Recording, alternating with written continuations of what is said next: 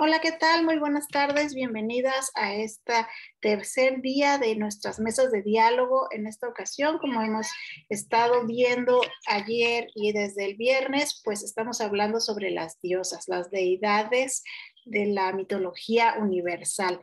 Ya hablamos de algunas de ellas y el día de hoy concluimos. Tenemos a nuevas participantes con nuevas diosas y bueno, que bienvenidos. Yo soy Ana Saavedra y esto es Anaquel Literario. ¿Y qué les parece si iniciamos esta participación con mi compañera Alejandra Santos? Ella nos va a hablar de una diosa pues muy interesante que ya nos contará ella también sobre su quehacer, que es la diosa Neftis. Adelante, Alejandra, buenas tardes. Hola, muy buenas tardes a todos. Bueno, mi nombre es Alejandra Santos. De igual forma, pues muy contenta de estar en una edición más de estas mesas de diálogo, en esta ocasión de deidades femeninas de la mitología universal. Y pues bueno, yo quiero hablarles de Neftis. Neftis es de la mitología pues egipcia, de los dioses egipcios, y es parte de las generaciones parte de los primeros dioses, como de los primeros en medio, y ella es hija de Geb y Nut, y estos dioses tuvieron 4 hijos.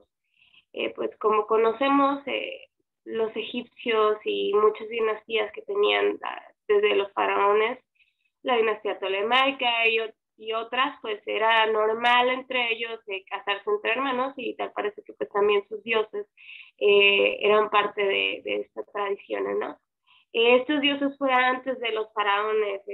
Egipto estaba dividido en 2 reinos. El primer reino era el reino de la abeja y el segundo reino era el reino del junco. Bueno, pues estos 2 reinos estaban dirigidos por 2 hermanos y sus esposos. Estos 4 hijos que tuvieron, pues uno era Osiris e Isis, que ellos 2 eran esposos, y Neftis y Set, que fueron los que también estaban en una relación, eran pareja. Bueno, estos dioses eran totalmente como todo lo contrario. Isis era pues una diosa de mucha luz, de la maternidad, dentro de los faraones, a los faraones se les llamaba hijos de Isis, y pues Nefti era todo lo contrario. Y Set, no se diga, Set era el dios de la muerte, de la necrópolis y de la infertilidad, del caos, perdón. Bueno, pues Nefti, parte de esta historia, de sus atributos, pues era el poder ya sobre la muerte, la oscuridad, la noche, y también era la protectora de las almas. Y dentro de esos atributos que ella tenía, pues estaba claro que era totalmente distinta a su hermana, pero al ser Set, un dios de la infertilidad, pues no podían ser padres. Entonces, cuando Nefti dice yo quiero ser madre, ella deseaba la maternidad, pero su esposo era el dios de la infertilidad precisamente. Y estas 2 parejas pues eran totalmente opuestas. Pero hay unas versiones que dicen que fue un engaño el que cometió Nefti, porque se vistió de su hermana y fue y se metió a la alcoba con Osiris para tener un hijo. Esa es una de las versiones que desata la ira de Set, y Set asesina a Osiris y lo hace pedazos, lo parte en 14 pedazos y lo lanza al Nilo para que no pudieran resucitarlo, porque Isis pues era la diosa de la vida y Nefti de la muerte. Entonces juntas podían resucitar a Osiris. Entonces, para que esto no pasara, pues lo lanzan al río. Esa es una de las versiones. Pero hay otra versión que dice, que para mí es la más acertada. Nefti y Osiris no eran distintas, o sea, no era como que totalmente distintas. Al parecer ellas eran idénticas. Entonces hay una versión que dice que, bueno, Isis, le dice a su hermana, yo también quiero que sea su mamá. Entonces le presta sus collares, sus joyas, su ropa, y ella crea todo y apoya a su hermana para que entre a la alcoba con Osiris y pues pueda tener un hijo. De Nefti, Nefti es la madre de Anubis, señor de la necrópolis, y pues de esta unión entre Osiris y Nefti, pues nace Anubis. Pero pues esto causó la cólera de Set. Unos dicen que fue el engaño, otros dicen que fue pues en estos dos reinos el dios Osiris fue el que le dio la agricultura a los humanos y por eso ellos lo adoraban.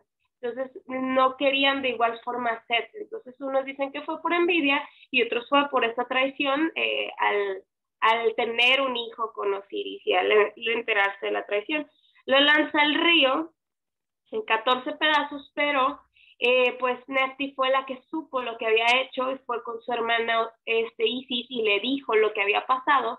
Entonces ella ayuda a su hermana y van y buscan los pedazos por todo el Nilo de Osiris para revivirlo y efectivamente los encuentran, pero no encuentran su miembro viril porque se lo comen los peces. Entonces Isis llora porque Isis también quería ser mamá.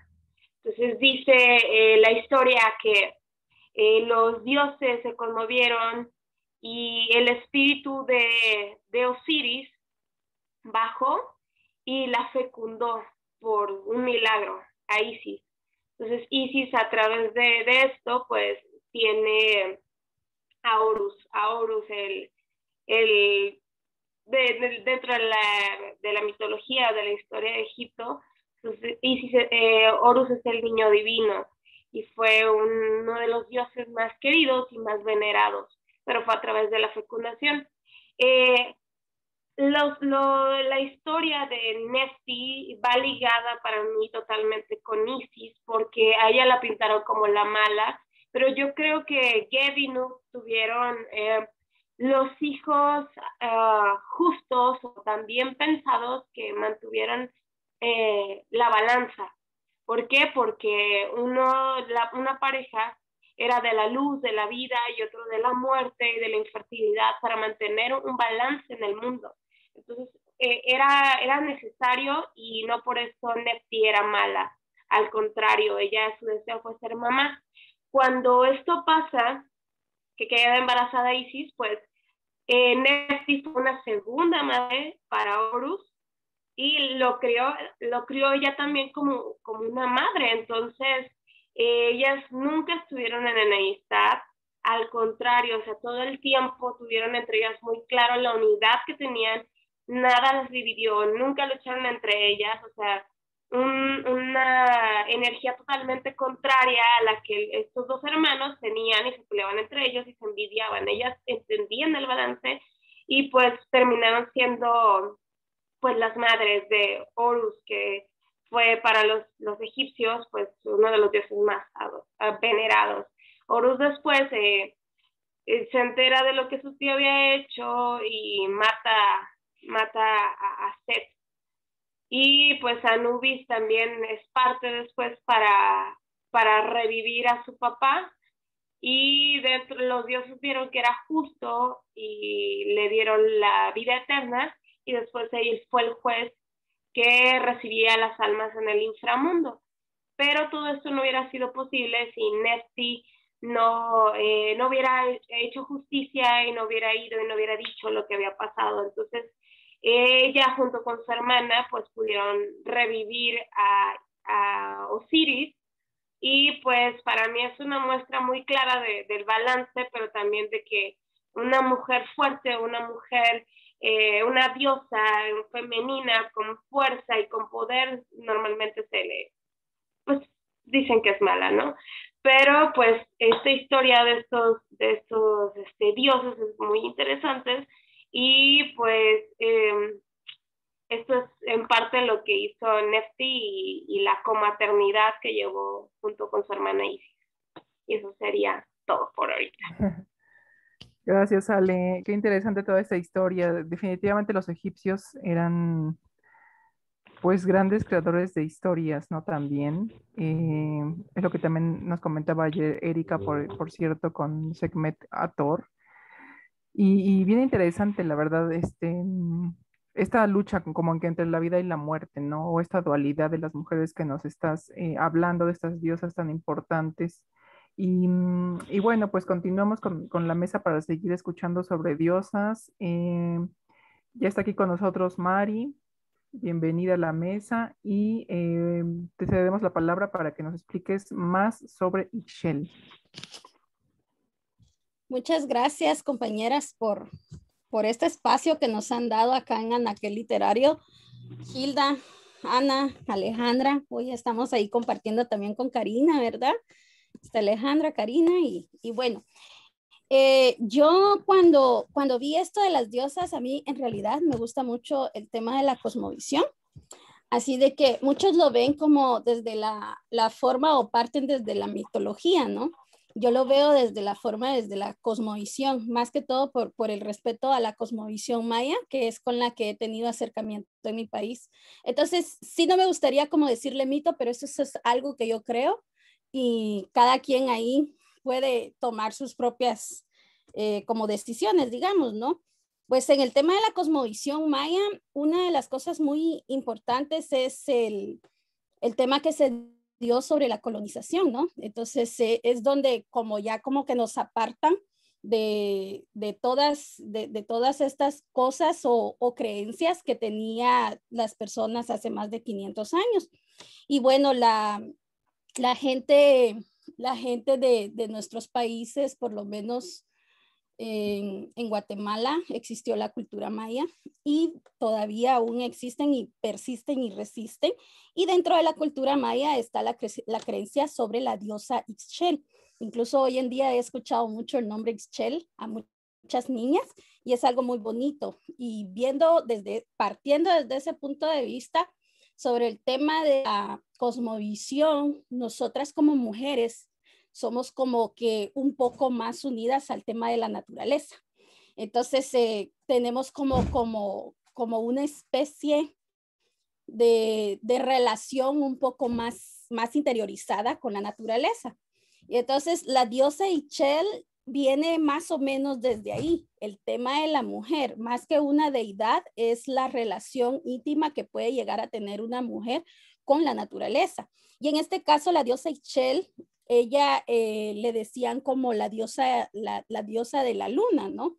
Y con ella estaba el tema del agua, la fertilidad, las fechas, el embarazo, el amor y la sexualidad. Ella dice que era la patrona de los textiles, la pintura, las artes, la medicina y de las curanderas. Hay varias leyendas que existen alrededor de la diosa Ixchel, pero también dicen más que todo es el tema de la vida, de cómo el tema de la vida viene ligado a nosotras las mujeres por el tema del embarazo, ¿no? Porque al final dar a luz hijos es como una especie de regalo o un don que se nos dio solamente a nosotras las mujeres de poder concebir hijos. Y la diosa Ixchel, ella es parte de todo eso porque es ella la que nos da como esa especie de don a nosotras las mujeres para poder concebir o poder dar vida, ¿no? A otro ser humano. Y bueno, el tema de la luna, ya ven de que la luna está ligado a nuestros ciclos incluso como mujeres. Entonces, dentro de nuestros ciclos menstruales, por ejemplo, tiene que ver también con los tiempos de la luna y cómo son como tiempos perfectos de cómo la luna se va como ligando a nuestros ciclos menstruales, pero incluso también pasa con el tema de los árboles, de que cuando hay frutos, incluso si los frutos son cortados en luna llena, va a ser un buen fruto o es que ya está maduro. Y entonces son cosas que también se van ligando con el tema de la vida, pero como aquí ella también habla sobre el tema de la cosecha, o sea, cómo los tiempos cómo ella podía tener esta cuestión de los tiempos, pero yo por eso es que lo veo más desde el tema de cosmovisión y de cómo la cultura maya tenía todo el respeto, no solamente a la diosa Ixchel, sino que a varios dioses, Por eso era que muchos dicen que les llamaban politeístas, pero no era que ellos adoraran a un Dios específico, sino que es el respeto a la cosmovisión o a todo lo que ellos les rodea y de cómo los tiempos pueden ser como los tiempos pueden ser parte de la misma cosmovisión. En este caso, lo que es el tiempo de la cosecha y de cómo se puede dividir lo que es el verano y lo que es el invierno y cómo esto puede llegar a coincidir con el tema del maíz, por ejemplo, en qué fecha se va a empezar a cultivar y qué es lo que se va a hacer. Y más o menos existen leyendas alrededor de lo que es la diosa Ixchel, pero es por eso, es como un poco más relacionado a lo cosmogónico, así lo quiero ver yo, y por eso es de que se los estoy explicando de esta manera, sobre el tema de la diosa Ixchel, que estaba muy, pero muy metida en esto de lo que era una deidad para ellos, pero es una deidad que tenía que ver con la cosecha y con la fertilidad. Y bueno, ya ven de que ya le pone el amor, lo que es la vida y todo, y de cómo la mujer también está ligada a los textiles, porque ya ven de que en la cultura maya hay muchos textiles, pero también tiene que ver con eso, ¿no? Porque los colores y las imágenes que se encuentran dentro de los mismos textiles también es parte de un vocabulario. Y incluso hay varias blusas de las mujeres que cuentan hasta sus propias leyendas, ¿no? Entonces, el hecho de que exista una flor amarilla no solamente es que es una flor amarilla, sino que quizás tiene que ver con la fertilidad, con la deidad del abuelo sol, el color amarillo, el tema de la vida y bueno, y así poco a poco van contando como historias. Entonces, se ve mucho esa relación con la mujer porque la mujer es parte de todo eso, no solamente como esta parte, digamos, social, sino que ellos tenían esta parte social, pero también en el tema artístico, también la mujer era parte, pero es por la misma relación que se da con la naturaleza. En ese tiempo, por ejemplo, si una mujer se levanta en la mañana, lo primero que hacía la mujer era, tal vez al levantarse, sus pies descalzos, lo primero que tocan es la tierra.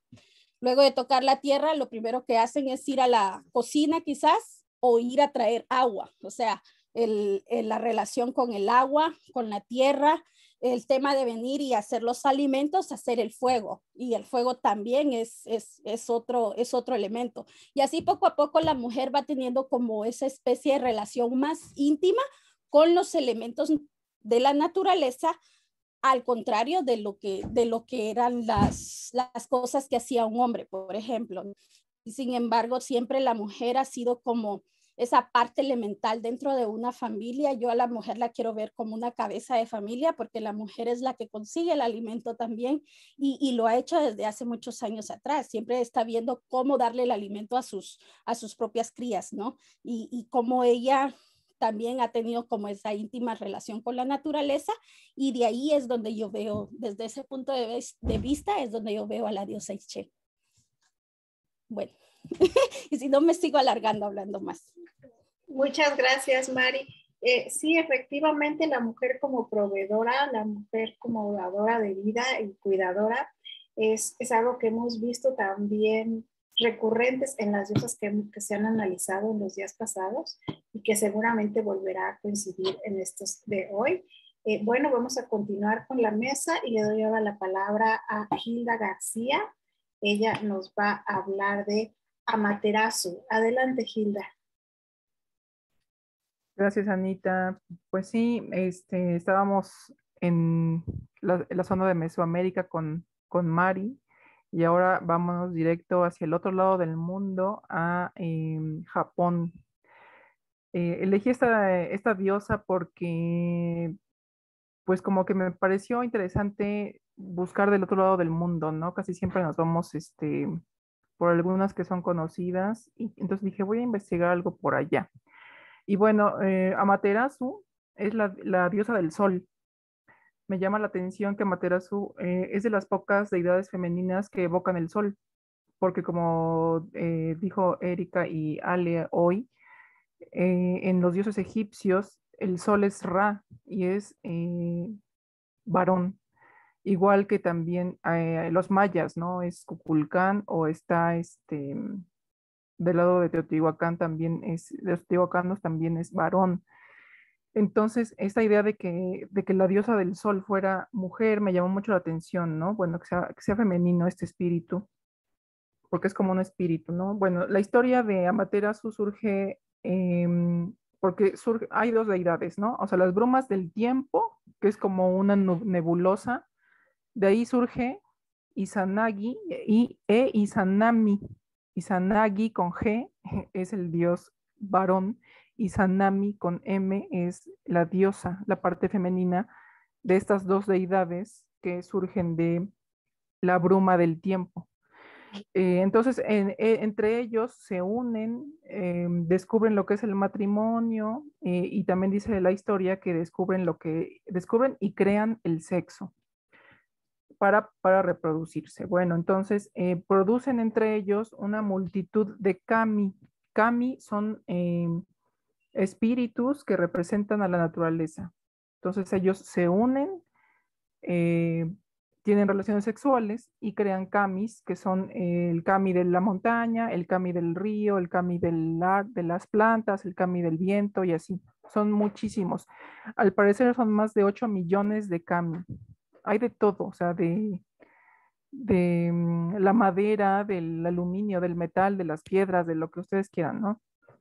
Entonces, estos kami son como una especie de hijos de estos dos dioses, de estos dos deidades. Y precisamente el kami del fuego es el que mata a la deidad femenina, la desaparece a Izanami. Entonces Izanagi, desesperado, porque dice mi esposa, ¿qué onda? Porque la mata este kami del fuego, va corriendo hacia las profundidades de la tierra de los muertos y va a buscar a su esposa, ¿no? Entonces la busca por todos lados y la encuentra, pero ya la encuentra como con carne podrida, toda putrefacta, como si fuera un zombie, como un ser terrible, ¿no? Maloliente, sucio. Y entonces Izanagi dice, no, pues no, ya no me gustó, entonces mejor ya me voy, sale, bye. Entonces Izanami se molesta mucho porque dice, bueno, entonces ¿dónde quedó tu amor, el amor que tenías por mí, ¿no? O sea, ¿qué te pasa? ¿Por qué me dejas aquí? Y le lanzó una maldición, le dijo, si me dejas aquí, voy a matar a 1000 personas todos los días. Y Izanagi pues le valió gorro y dijo, pues qué bueno, a mí no me importa, tú me das asco, te ves horrible, no, no, no sale, vaya, ya me voy. Se sale corriendo de la tierra del inframundo y entonces como que se siente sucio, dice, pues qué horror, ¿no? O sea, yo creo que huelo mal, no sé qué cosas se me pegaron y empieza a bañarse en un lago que encuentra allí, en un charco de agua que dice que es un charco de agua pura que encontró afuera de las tierras de la muerte y se empieza a bañar, ¿no? Entonces, mientras se estaba lavando el ojo izquierdo, justo el ojo izquierdo, que eso me llama la atención, ¿no? Es cuando surge del ojo, o sea, qué historias tan así como extrañas, ¿no? Se está lavando el ojo porque siente esta suciedad y de ahí, justo en ese momento, surge Amaterasu, lavándose el ojo izquierdo. Yo dije, pero ¿por qué el ojo izquierdo? ¿No? Eso también me llama la atención porque pues en la cultura católica cristiana o judeocristiana, pues el lado izquierdo es como el mal y el lado derecho es como los buenos, ¿no? Entonces, el que los japoneses tomen lo izquierdo como lo positivo, lo poderoso, lo bueno, me llama la atención. Entonces ahí nace Amaterasu, luego cuando se lava el otro ojo, surge otro kami, que es Tsukuyomi, que es la luna. O sea, de un ojo sale Amaterasu, que es el sol, del ojo derecho se lava y sale Tsuyukomi, que es la luna. Y mientras luego se seguía lavando, y entonces se lava la nariz, y mientras se lava la nariz, sale otro hermano que se llama Susano, que es el dios de la tormenta y el gobernante de los mares. Este Susano resultó ser el más problemático de todos porque luego ataca a sus hermanos, ¿no? Entonces, esos tres kami eran los que tenían que mandar en la tierra. Entonces, bueno, se elige a Amaterasu como la diosa del sol y de la tierra, o sea, que ella mandara sobre sus hermanos porque era muy suave, compasiva y maternal. Ella, contrario a Minerva, contrario a Atenea, contrario a todo lo que nos mencionaban las otras mesas, no tiene nada de guerrera. Es más bien como suave, como tierna. Incluso los antiguos japoneses decían que pues estos rayos de sol eran como caricias para la gente, ¿no? Entonces por eso tenía que ser una diosa tierna y maternal, pero sí muy poderosa. Entonces se casa con su hermano, o sea, el dios que salió del otro ojo, se casa con él. Ahora sí que el sol más la luna se casan, se unen y tienen varios hijos. En esa época bueno, ahí es cuando surge, según dicen la historia, cuando hay más esplendor en el Japón. Es muy importante para los japoneses el sol porque puesto que incluso lo pusieron en su bandera, ¿no? Es lo más importante, es solo un círculo rojo y dicen que tiene que ver con Amaterasu también. Es el kami más importante de la vida espiritual japonesa. Incluso es la deidad de las más importantes dentro del shintoísmo que todavía se venera y se profesa en Japón. Es como si aquí en México siguiéramos venerando a Coatlicue o a Mictlantecutli, a Mictecacihuatl, a Quetzalcóatl, no sé.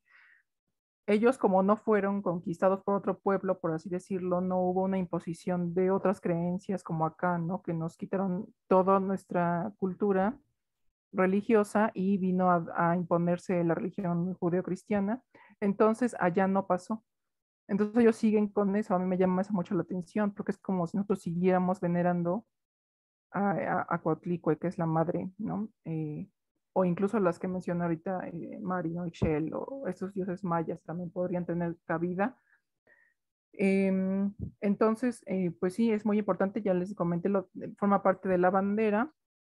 El sol para ellos representa el orden y la pureza. Y la familia imperial de los japoneses proviene o se tiene la creencia de que viene de esta diosa. Ellos todavía lo creen, incluso ahorita está el príncipe Akihito, que nació en 1933, y se cree que él también proviene de esa casta de Amaterasu. O sea, no es como tan mitológica, ¿no? Porque todavía ellos la veneran y es muy importante esa religión allí. Incluso la aman tanto que hicieron mangas, hay videojuegos con ella, lo cual es, no sé, me llama la atención porque siendo una deidad la ponen como en un videojuego, ¿no? Claro, cada quien no tendría nada de malo, pero quizá aquí en México, por ejemplo, sí sería una falta de respeto, ¿no? O sea, es como si pusieran a Super Virgen de Guadalupe y no sé qué, no creo que lo tomen muy, muy como de respeto, ¿no? Y incluso yo sí, y sale y lucha y no sé qué. Entonces es como diferente cultura, ¿no? Y bueno, eso es lo que tengo de contarles de la historia de Amaterasu y pues gracias por el espacio. Gracias, Anita. Muchas gracias, Gilda. Pues sí, esta es otra cultura, otra visión completamente diferente y sin duda lo podemos ver en esta tan interesante Amaterasu, de la que yo la verdad desconocía. Así que, como decías al principio, es a veces muy interesante viajar a otros rincones del mundo y también traer y conocer sobre sus culturas, porque bueno, así vamos alimentando las propias, ¿no?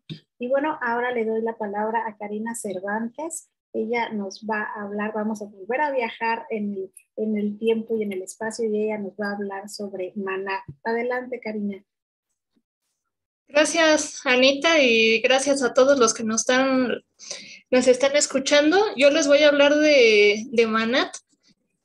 Si queremos de alguna manera situarla en el tiempo, tendríamos que irnos precisamente a la Arabia preislámica, pero realmente no hay como una fecha exacta, pero más o menos como si se quieren ubicar temporalmente, les estoy hablando prácticamente desde que precisamente el profeta Mohammed parte de la Meca cuando y ese momento se conoce como la Égira, y desde ahí para adelante los musulmanes tienen su calendario. Y pues precisamente lo curioso de Manat, que va a pertenecer como que a estas deidades preislámicas que estaban en la Meca, porque antes de que estuviera en la Meca, precisamente esta especie como de edificio que parece como un cubo, había varias deidades adentro de ese lugar. Entonces, eran varias tribus que estaban ahí precisamente. Y de hecho, Manat deriva de un par de palabras árabes. Una de ellas es manilla, la otra es manú. Y estas palabritas significan muerte, destino y tiempo. Y pues más o menos si nos ponemos como que a pensar un poco el asunto, casi siempre en todas las culturas semíticas y en otras tantas culturas hay una asociación directa entre la muerte, el destino y el tiempo. De hecho, para los musulmanes manejan algo muy parecido al destino, pero realmente no es, no se están refiriendo al destino como tal, se están refiriendo más bien que todos vamos a llegar al punto de la muerte, y aquí es donde precisamente entra Manat. Anteriormente, siempre se ha hablado de que esta parte de la tríada como tal es de origen egipcio, y que precisamente está formada por dioses, pero nunca se habla también que hubo una tríada, pero formada por diosas, porque no solamente estaba Manat, también estaban las diosas Usa y Alat. Y prácticamente, pues Manat era una de estas tres diosas protectoras de la Meca, que eran las que conformaban esta trinidad. A ella se le adoraba bajo la forma de una piedra negra que se levantaba entre la Meca y la Medina. Era, pues para algunos de los pueblos, una de las hijas de Alá, porque también cabe recordar que Alá como tal tiene prácticamente un origen pagano, aunque muchos digan que no. Y pues también a ella se le consideraba la diosa de la muerte y del destino. Al parecer, como que esta idea del destino del hombre en la tierra, sus acontecimientos y tradiciones van a ser como que lo que va a llamar la atención de la imaginación de los beduinos. Los beduinos eran estas personas que vivían en el desierto y prácticamente se convirtieron como que en uno de los temas más frecuentes en la poesía árabe. Y de hecho, por eso conocemos a Manat, que bueno, también actualmente hay algunas representaciones, pero en estas representaciones de lo que ya se le conocería como pintura oriental, aparece con sus hermanas, nunca está como separada de sus hermanas. Y precisamente pues esta diosa se va a ser una de las diosas preislámicas más importantes de la historia. Y digamos que actualmente yo estuve buscando como algunas referencias, pero uno encuentra como que más referencias en el sentido esotérico de, ay, no sé, pues es que fíjate que Manat es la diosa de la muerte, del destino, del tiempo, y puedes hacer tal ritual para llamar a Manat, pero realmente ya no se le toma como esa seriedad como lo que era considerada una diosa. Y yo creo que sí sería de repente importante pues volver a retomar toda esta clase de temas con la importancia que tuvieron en su momento y no una reinterpretación que se le da en la actualidad. Al menos ese sería mi aporte. Gracias, Karina. Qué importante y qué interesante este viaje por el Medio Oriente que nos has platicado. Y pues bueno, ahora seguimos. Vamos a pasar un pequeño video en el cual nos habla nuestra compañera Citlali Quijano y nos va a hablar de Coatlicue, una diosa muy importante de México. Adelante.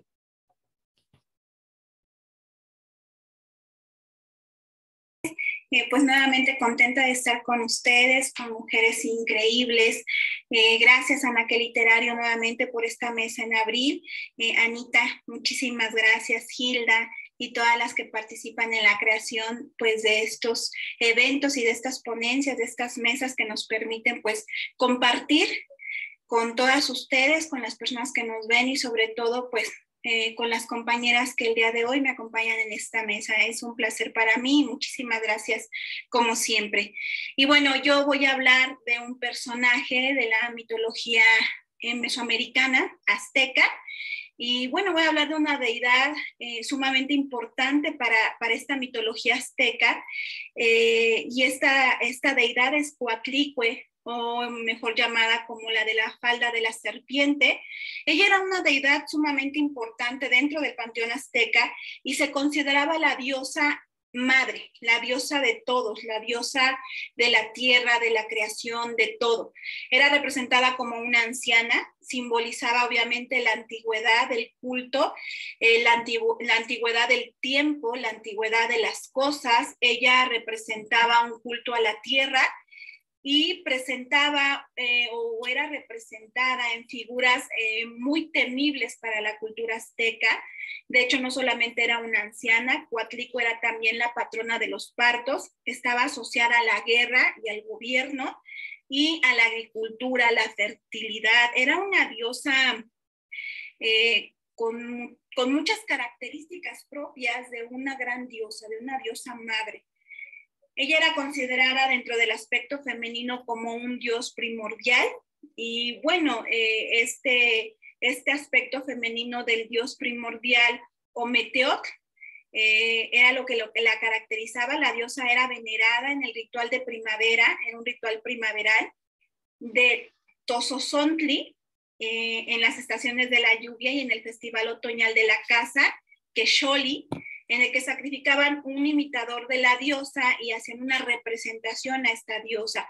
Dentro de la mitología azteca, Coatlicue era en realidad una sacerdotisa cuyo trabajo consistía en mantener el santuario en la cima de la legendaria montaña sagrada de Coatepec, montaña de la serpiente, también escrita Coatlepec o Coatepetl.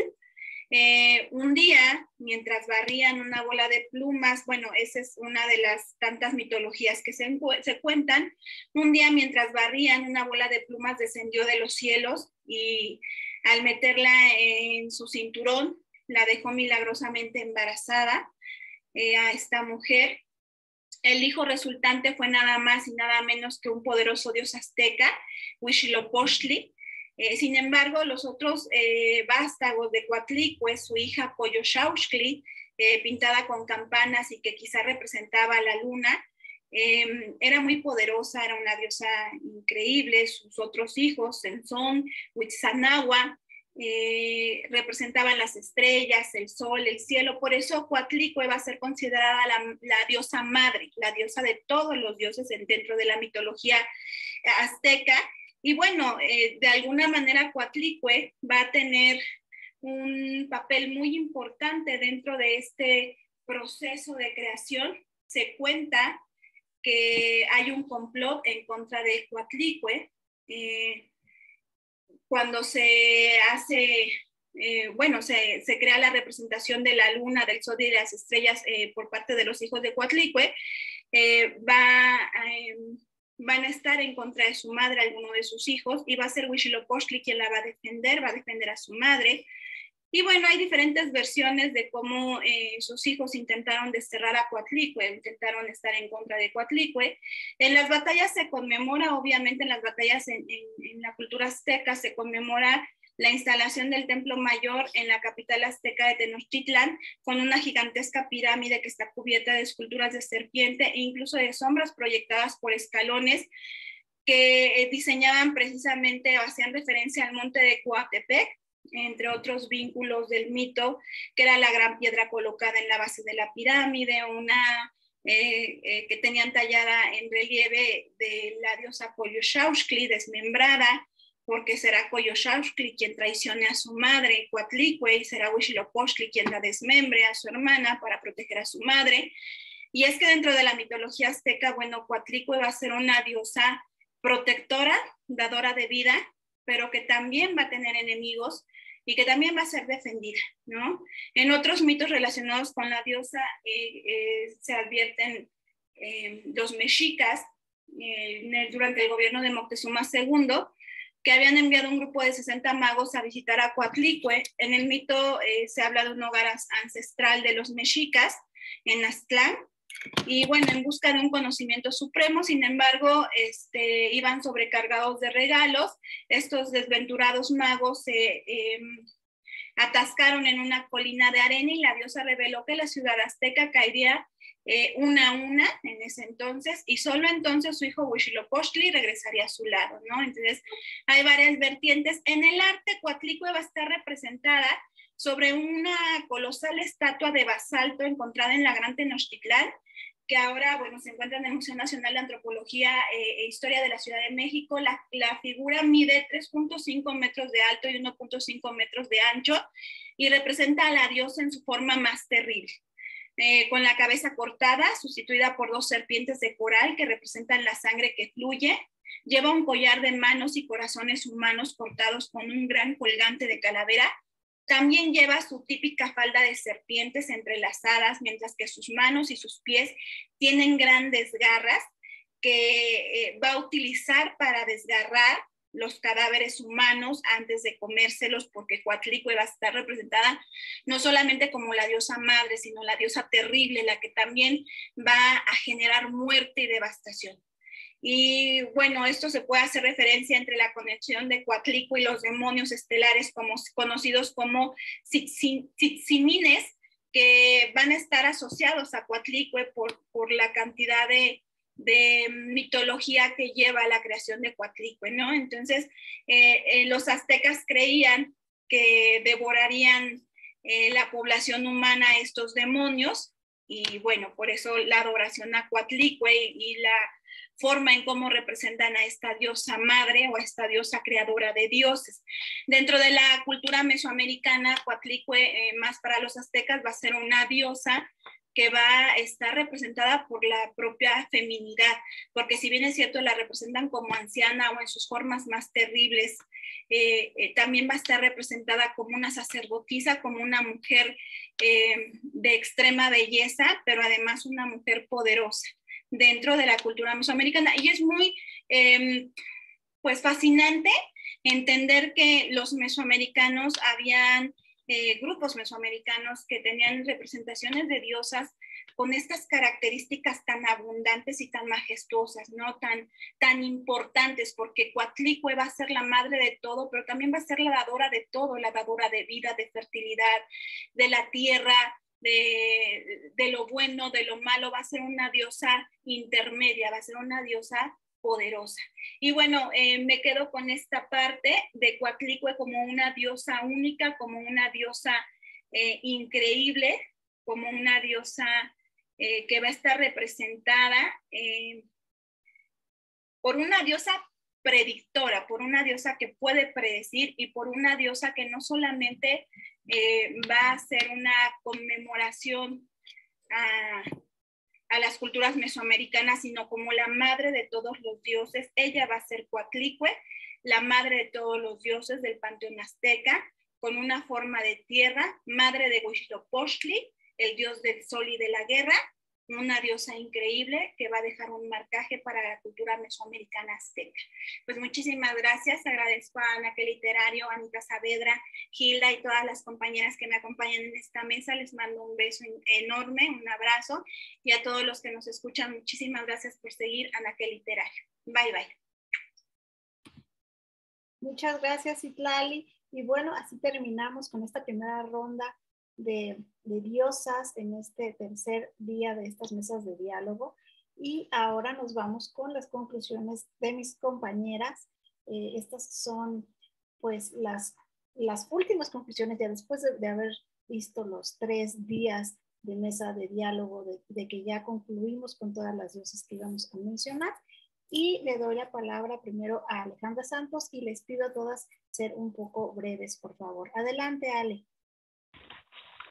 Bueno, pues escuchándolas a todas y precisamente de lo que hablaba Mari, de la cosmovisión, pues creo que hay algo muy relevante o algo que tenemos en común con nuestras diosas, es la maternidad, pero también la fuerza, y creo que también el miedo que las deidades masculinas tenían hacia estas mujeres, ¿no?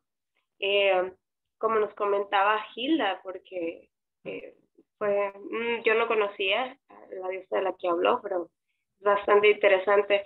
Bueno, yo acerca de las conclusiones de Nefti, pues solo puedo decir que no es distinto cómo se manejaban las deidades a lo que hoy en día estamos viviendo en un mundo donde dicen que las mujeres tenemos como la traición en nuestras venas. Pues realmente no. Yo lo que encontré en Nefti y en Isis fue un balance perfecto. Estas dos mujeres mantenían un balance en el mundo, en esta mitología egipcia, en estas deidades egipcias, y creo que la mujer siempre la han representado como un balance, pero vida y muerte, fertilidad o infertilidad. Y creo que Nefti, a pesar de que fue señalada y fue marcada y su destino era no ser madre, bueno, tuvo ahí una mujer que fue su hermana y fue su apoyo. Y esta sororidad y este amor y esta complicidad entre ellas de tú quieres ser mamá, vas a ser mamá. Y cuando después Isis fue mamá, Nefti se convirtió en una segunda mamá para Horus. Y bueno, sus hijos Horus y Anubis otra vez regresamos al punto de que vuelven a tener este balance entre la vida y la muerte, el bien y el mal, pero no en un extremo de lo que nosotros conocemos como bien y mal, sino como el balance perfecto del mundo, lo que nosotros concebimos o lo que nos han enseñado como los seres humanos a través de las culturas y la historia han querido explicar lo que pasa en el mundo, la tierra, la lluvia y todas las formas que han buscado para representar estos fenómenos y la naturaleza misma.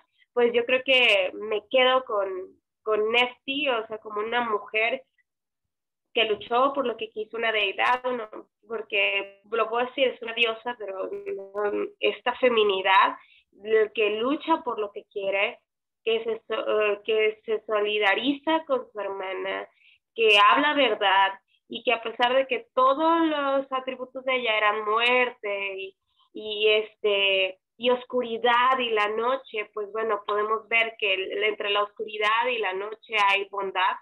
Y pues no hacer todo el extremo de decir, la mujer oscura, la mujer que no encaja con el estereotipo que tiene que tener una diosa para ser toda brillante y toda amorosa. Bueno, pues también en lo oscuro, en lo que nadie espera que haya bondad, lo hay, y pues mantiene un balance perfecto. Y pues Isis y Nefti, pues a mí me queda clarísimo que es un ejemplo y es una enseñanza de que nosotros como mujeres pues no hay por qué pelear, somos aliadas, somos cómplices, y pues ojalá pronto podamos entenderlo todas, y a través de estas historias de estas diosas podamos entender un poquito más y pues ahora sí que abrazarnos entre nosotras. Y esto sería toda mi conclusión. Muchísimas gracias por acompañarnos, por la oportunidad. Anita, Hilda, pues como siempre haciendo esto posible y aventándose de los flyers, la organización, y pues mis compañeras como siempre Excelente, pues muchísimas gracias. Gracias a ti, Ale. Qué interesante lo que comentas, porque sí, finalmente esta dualidad blanco y negro o bueno y malo, pues está en todos, ¿no? O sea, el ser humano no es perfecto, no lo es ni lo será. Entonces, también aceptar estas dos partes que hay dentro de nosotros como mujeres y hombres, porque si bien dices, no solo es la mujer la mala o la traidora, la que hace cosas por maña. Y bueno, también me gusta el ojo de Horus que tienes, que te maquillaste, evocando esta cultura egipcia. Pues gracias, Ale. Y bueno, seguimos con la conclusión de Mari. Nos regresamos otra vez a México. Adelante, Mari. Bueno, pues yo inicié hablándoles sobre el tema de la cosmovisión, pero en realidad también de hablar de Ischel, ¿no? Pero Ischel, más que como una diosa de la luna, es como esa diosa de la creación, porque cuando ellos hablaban de los dioses eran como los principales, ¿no? Hablar de la luna y hablar del sol, que era el esposo. O sea, había como una especie de pareja ahí, nosotros como hijos de estos dioses, ¿no?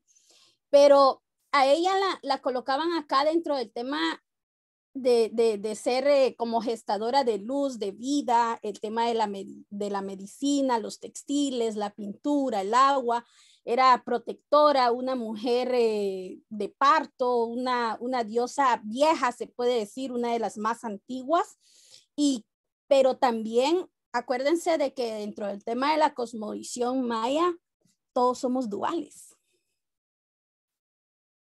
Y también dentro de nosotros, también somos duales. O sea, te estoy hablando como la parte buena de Ischel, pero también hay una parte destructiva. Era una diosa a quienes todos le temían, porque ella tenía como su aspecto destructivo de que también podía hacer o tener el poder de crear catástrofes e inundaciones que hoy en día nosotros le vemos como todas esas catástrofes naturales, ¿no? Por eso era que estaba como muy ligado con el tema de la naturaleza y de todo lo que nos da vida, pero también todo lo que nos puede llegar a destruir. Entonces es esa diosa que se puede decir que puede ser como ambivalente y también representar no solamente el aspecto de la vida, pero también puede ser representada dentro, porque también hay personas que la han representado a la par del inframundo, que es el mundo de los muertos, ¿no? Entonces, ver a Ischel como una diosa más completa con este tema dual. Y eso es lo bonito de la cosmovisión, porque también nos hace ver de que podemos ser duales, así como podemos ser protectores de la vida, también podemos destruir. Y bueno, ya con esto ya dejando como claro eso, hablarles sobre las facetas de la luna y todo esto de la naturaleza, decir de que el tiempo tiene mucho que ver con la cosmovisión maya y más que todo con la diosa Ischel, porque ella representa la luna. Y el tiempo para los mayas era como un tiempo muy, muy exacto con su calendario maya. Está representado por el número 13, que son las 13 lunas, y 20, ellos le llaman 20 energías, que es como el día de cada luna. Entonces, cada 20 días hay un cambio de luna, ¿no? Y empieza otra vez, porque son 13 lunas y había como un espacio de tiempo que ellos le llaman el guayeb, que es como ese espacio de reposo y que incluso debería de ser como un espacio para meditación, porque es como un espacio que nos deja el tiempo, ¿no? Ahí al aire, que son más o menos como 7 días, creo yo, no estoy segura. Pero hay muchas cosas que son muy representativas. Por ejemplo, el que ella se llame Ixchel, que viene de Ish, que Ish es mujer, pero el Ish también significa el maíz.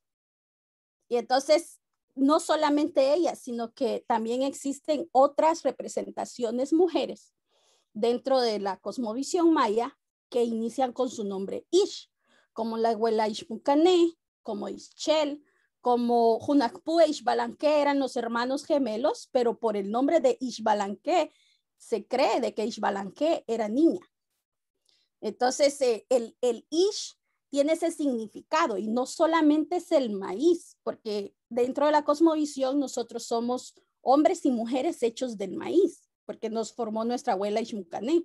Y otra de las representaciones que está son los 4 colores, los 4 colores del maíz, que es el blanco, el negro, el rojo y el amarillo, y que también tiene que ver con nuestras razas, ¿no? Hoy en día, que son los 4 colores de pieles y de que todos somos hijos de un mismo tronco, ¿no? Entonces también está como ese tema de la igualdad, de cómo también estamos nosotros representados, y los 4 colores del maíz también son esos mismos 4 colores, representan los 4 puntos cardinales. Y dentro de esos 4 puntos cardinales está como el centro, que es como esa parte de la energía que ellos nos dan. Entonces, es como muy bonito porque yo lo quiero ver así, de que todo esto nos lleva a una sola conclusión, que sería no solamente el tema de que sea una diosa mujer, sino de que también puede ser así como nosotros, como seres humanos, que somos duales. Nosotras como mujeres también somos duales. O sea, así como nosotras podemos gestar la vida, nosotras también tenemos como esa cuestión, se puede decir como negra, ¿no? Incluso también está representada en otras culturas, por ejemplo, el yin yang. Entonces, son cosas así como muy similares, pero sí me gustaría dejar quizás dentro de la conclusión, y coincido también con Alejandra, y también me imagino que vamos a coincidir, que es el tema de los tiempos, el tema de la naturaleza y el tema de la mujer. Nosotras como mujeres, yo creo que estamos como bastante representadas dentro de estas diosas, pero quizás tiene que ver por lo que nosotras hacemos, por lo que somos, ¿no? O sea, y lo que nosotros, y la importancia de nuestro papel como dadoras de vida y como proveedoras, pero también existe esa imponencia, ¿no? Y ante esa imponencia que nosotras tenemos, hay como un miedo a lo que puede llegar a ser una diosa destructiva, por ejemplo. Entonces yo creo que también está como el tema del miedo por la cuestión del poder, ¿no?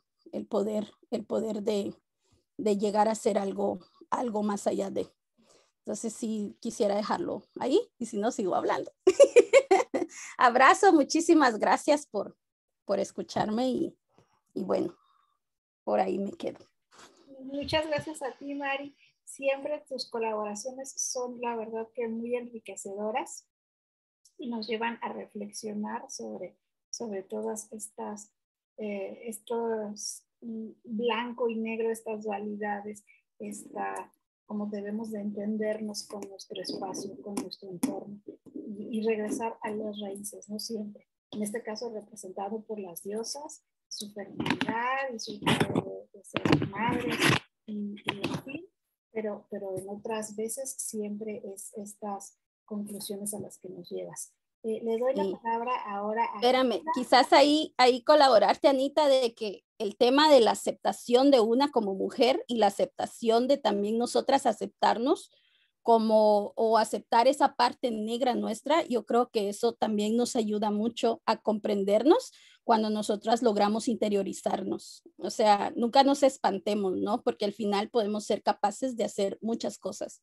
Entonces, no tengamos miedo, porque yo creo que la aceptación es algo muy importante para podernos conocer. Muy cierto, Mari. Muchas gracias. Y bueno, le doy ahora la palabra a Gilda. Adelante, Gilda.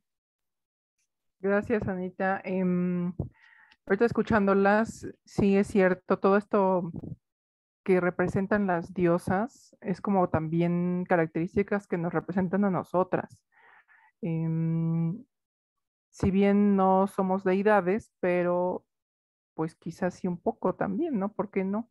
Entonces esa idea de retomar el poderío de las diosas antiguas, a mí me llama la atención, y me quedé ayer pensando en una pregunta que hizo Erika sobre qué pasó entre ese tiempo histórico de las diosas egipcias, de estas diosas sumerias, mesopotámicas, mesoamericanas, muy antiguas, que eran muy poderosas y donde sí había matriarcado.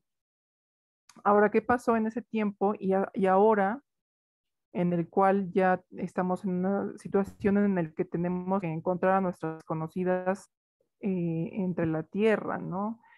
Buscar cadáveres, buscar niñas incluso, ¿no? Entonces, ¿dónde quedó de ese poderío? Y yo estuve como reflexionando y una conclusión rápida, para no dar aquí toda una cátedra, me quedé pensando en que quizá también tiene culpa el sistema en el que vivimos, ¿no? También es como el capitalismo, esta idea de ya buscar la propiedad, como que desde allí en parte un poco todo el problema. El capitalismo es como esa maquinaria enorme que nos absorbió, que volvió esclavo al hombre y a la mujer. Quizá el hombre fue el esclavo favorito, pero al fin y al cabo también un esclavo. Y la mujer fue la esclava como más despreciada, ¿no? Y desechable.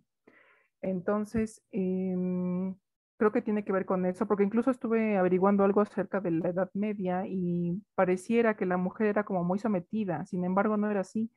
En el feudalismo y en aquella época, pues no sé, 1200, 1100, las mujeres tenían más poder, podían decidir, tenían muchas profesiones, o sea, aquí dice que por ejemplo eran panaderas, juezas, curtidoras, músicas, albañilas, juglaresas, había muchas juglaresas y ganaban muy bien, o sea, podían vivir y decidir sus cosas. Incluso en la religión podían decidir si se quedaban recluidas o salían a practicar la religión fuera, las que eran monjas, ¿no? O sea, había cierta decisión. Uno tiene la idea de que como que eran más sometidas, pero no, no era tan así.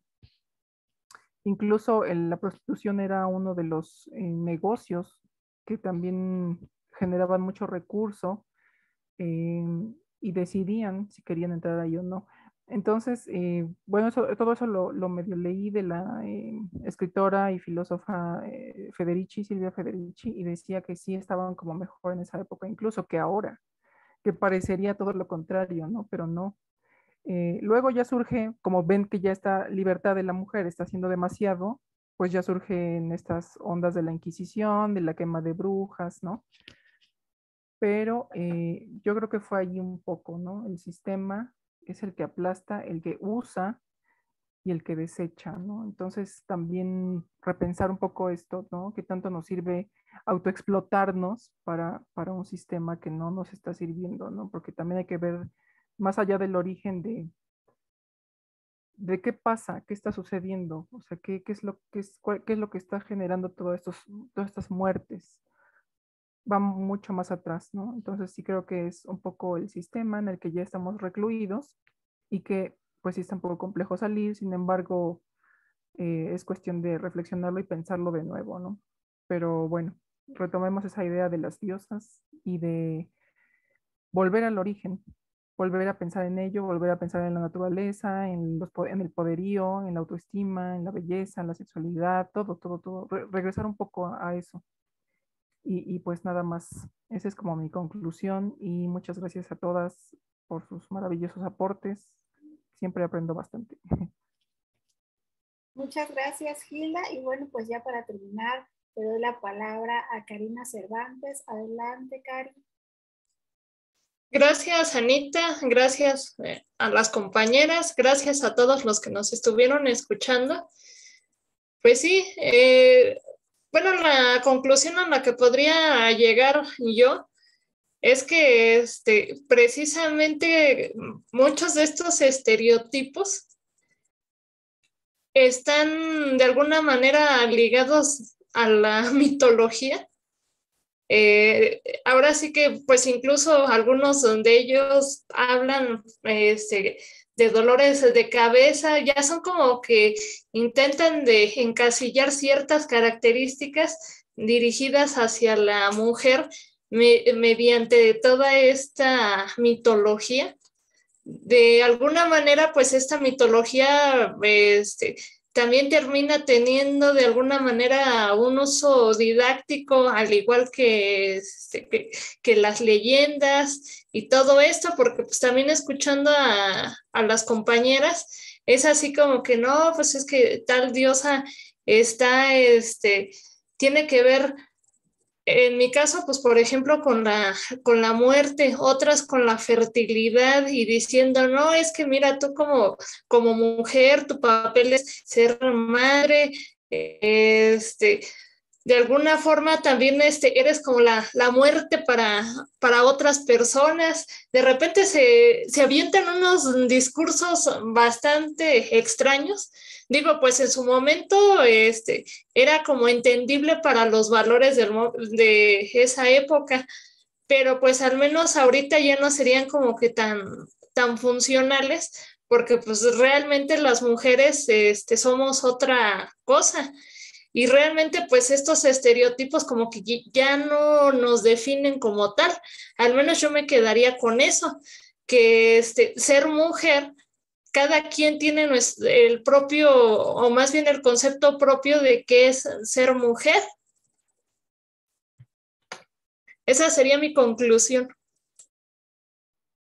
Muchas gracias, Cari, y muchas gracias a todos ustedes por esta maravillosa mesa de diálogo, enriquecedora, sin duda. Las conclusiones, bueno, pues se van alimentando unas a otras. Hay muchas cosas en las que estamos de acuerdo, en las que se coinciden en estas reflexiones, y hay muchas preguntas también que nos llevamos a casa para seguir en esta necesidad de reflexión, de entendimiento, de aceptación y de hacer como toda esta nueva renovación de lo que alguna vez estuvo representado en las diosas y de cómo podemos traerlo ahora a nuestra realidad de nuevo, ¿no? A esta vida, a estos momentos que necesitamos reconectarnos en todos los sentidos, con nuestra feminidad, con nuestra tierra, con nuestras raíces, con el pensamiento, y bueno, hablar de tantas culturas tan diversas pues lo hace simplemente más enriquecedor. De este modo llegamos al día final, a las conclusiones y al final de esta transmisión también de esta mesa de diálogo, diosas, deidades de la mitología. Doy las gracias primero a Gilda por acompañarme en estos 3 días en la conducción de estas mesas de diálogo, y bueno, después obviamente a todas ustedes, a Karina, a Mari, a Alejandra, les mando un abrazo hasta sus hogares y les deseo pues muchas bendiciones, mucho bienestar, y que estemos próximamente hablando por aquí de nuevos temas, llevando nuevas ideas y tratando desde nuestro pedacito de alimentar un poco a esta sociedad que ahora tanto lo necesita. Bueno, por mi parte eso es todo. Les damos las gracias a todos los que estuvieron aquí conectando, mandando mensajes y saludos, y también al Centro Cultural Elena Garro por la transmisión y la retransmisión de estas mesas de diálogo. Un abrazo para todas y que estén muy, muy bien. Hasta luego.